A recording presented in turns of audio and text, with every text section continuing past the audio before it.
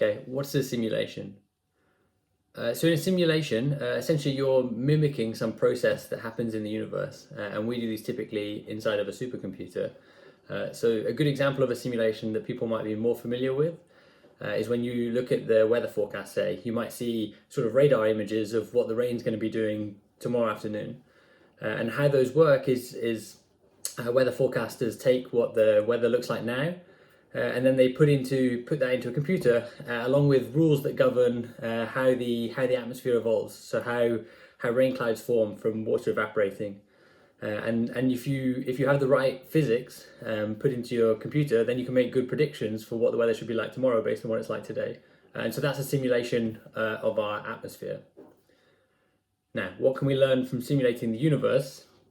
Well, so this is one of the things we do at the Institute for Computational Cosmology, and one of the things I'm most interested in using these simulations for is to tell us about the nature of something called dark matter.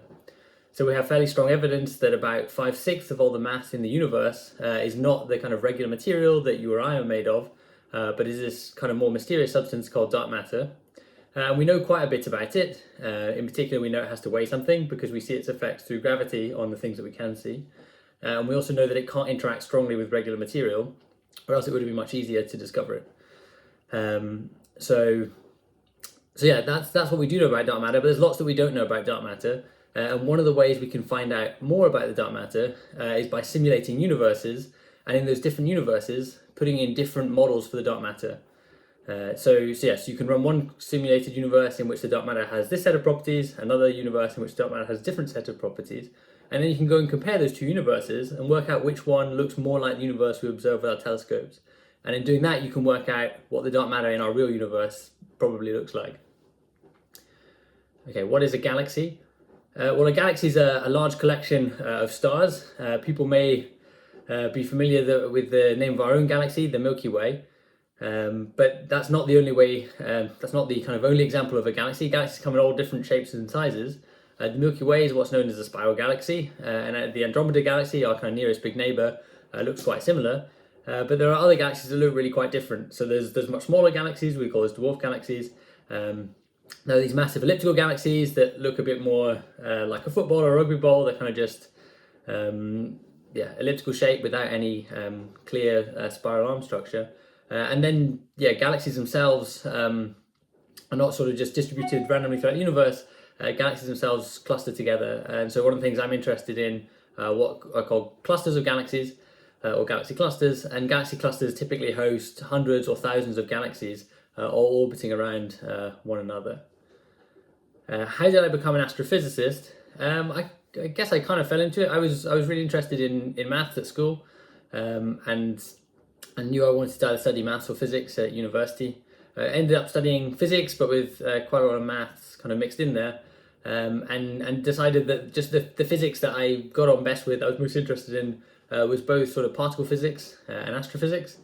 And in the end, I became an astrophysicist because I like talking about it. I think it's easier to convey to my granny something about what a galaxy is than it is to talk about the Higgs mechanism giving rise to the mass of particles.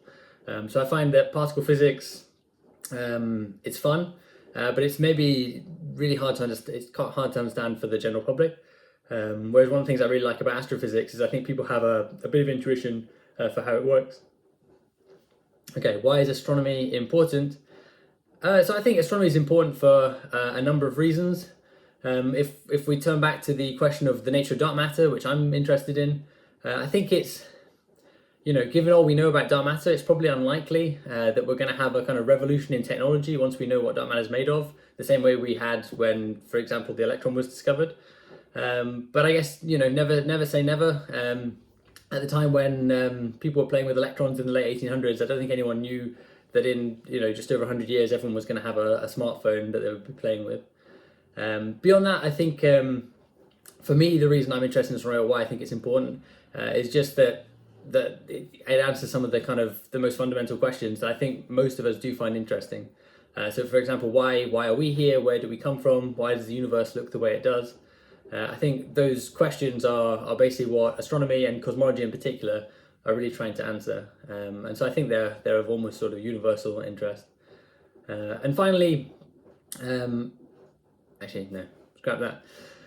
Okay, do I have a favorite galaxy? Well, okay, being primarily a theoretical physicist, I do I like aesthetically the look of galaxies, but actually the things I'm most interested in are some of the simulations I've run and what they've been able to tell us about the universe. And so I'm going to cheat a bit here and give you something that's neither a galaxy nor actually real. But my favorite simulated system is the Galaxy Cluster Eagle 5, simulated with something called self-interacting dark matter. And the reason that that's my favorite is that this is one of the first simulations I ran when I was a PhD student, and it actually told us quite a lot of interesting things. So previously people thought that a particular type of dark matter wouldn't work because of the effects it would have at the center of galaxy clusters. But actually running this simulation of a galaxy cluster with this particular dark matter model told us that actually this dark matter model could work quite well and could explain the galaxy clusters we see in the universe. So I found that whole process super exciting, and I think because that was the first simulation I ran like this, that's probably my favorite.